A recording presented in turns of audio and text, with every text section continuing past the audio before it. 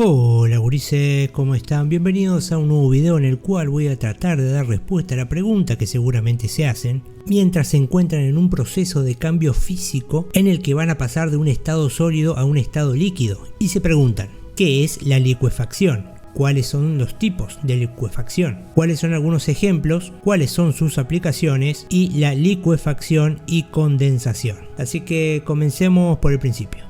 La licuefacción o licuación es el proceso de cambio físico en el que una sustancia en estado sólido o gaseoso pasa directamente a estado líquido, gracias a un cambio radical en sus condiciones físicas. El término generalmente se emplea para referirse a los gases, pero también es común su uso a la hora de referirse a procesos radicales de conversión a líquido de sólidos, que comúnmente no son capaces de hacerlo. En el caso de los gases se trata de un proceso muy común y de gran importancia industrial, en el cual un cuerpo gaseoso se comprime a muy bajas temperaturas, forzando a sus partículas a vincularse de un modo tal que adquieren un estado de liquidez temporario.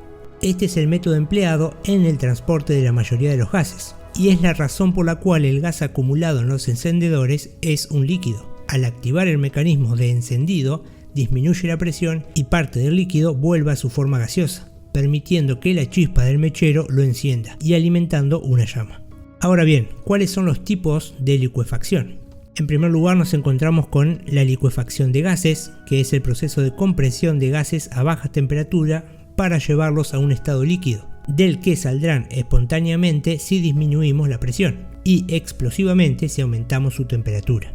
Luego nos encontramos con una licuefacción de suelos, es la consecuencia de movimientos sísmicos cuya energía es tal que pueden variar la consistencia de ciertos suelos y hacerla semejante a la de un líquido pesado o la de arena movediza. Esto suele desencadenar en aludes o derrumbes. Y por último tenemos la licuefacción directa del carbón. Es un uso muy específico del término que alude a un cambio químico, no físico como los anteriores, que convierte el carbón en una mezcla de hidrocarburos llamada crudo sintético, muy semejante al petróleo. El proceso suele consistir, a grosso modo, en la mezcla del carbón con disolventes a grandes presiones y temperaturas para luego añadir hidrógeno a la mezcla.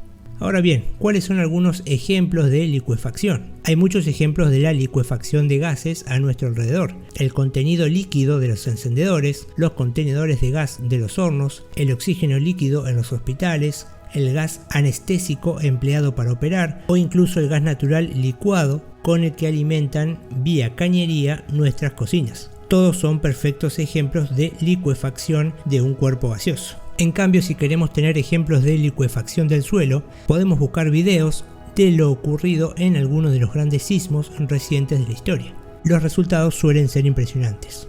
Ahora pasemos a hablar de cuáles son las aplicaciones de la licuefacción.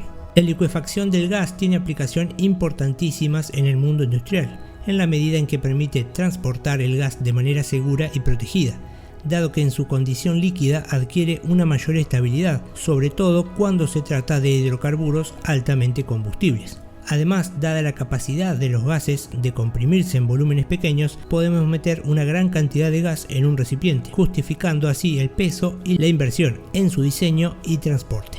Similarmente, la licuefacción del carbón y otros procesos en laboratorio permiten obtener resultados industriales que de otra forma tendrían que buscarse en ambientes muy específicos del planeta, dado que el crudo verdadero se produce bajo tierra durante un proceso milenario de cambios químicos. Finalizando el video, pasemos a hablar de la licuefacción y condensación.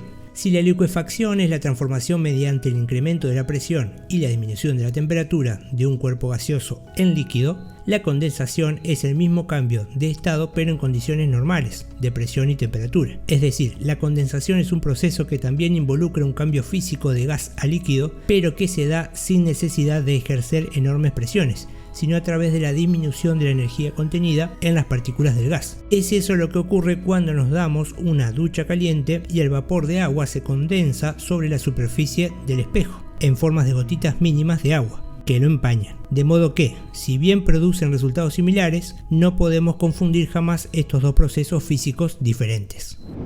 Bien, hasta acá el video de hoy. Espero que les haya parecido interesante o les haya sido de utilidad. Si es así, los invito a que le den me gusta al video, a que se suscriban al canal y, como ya saben, hasta otro dato de color.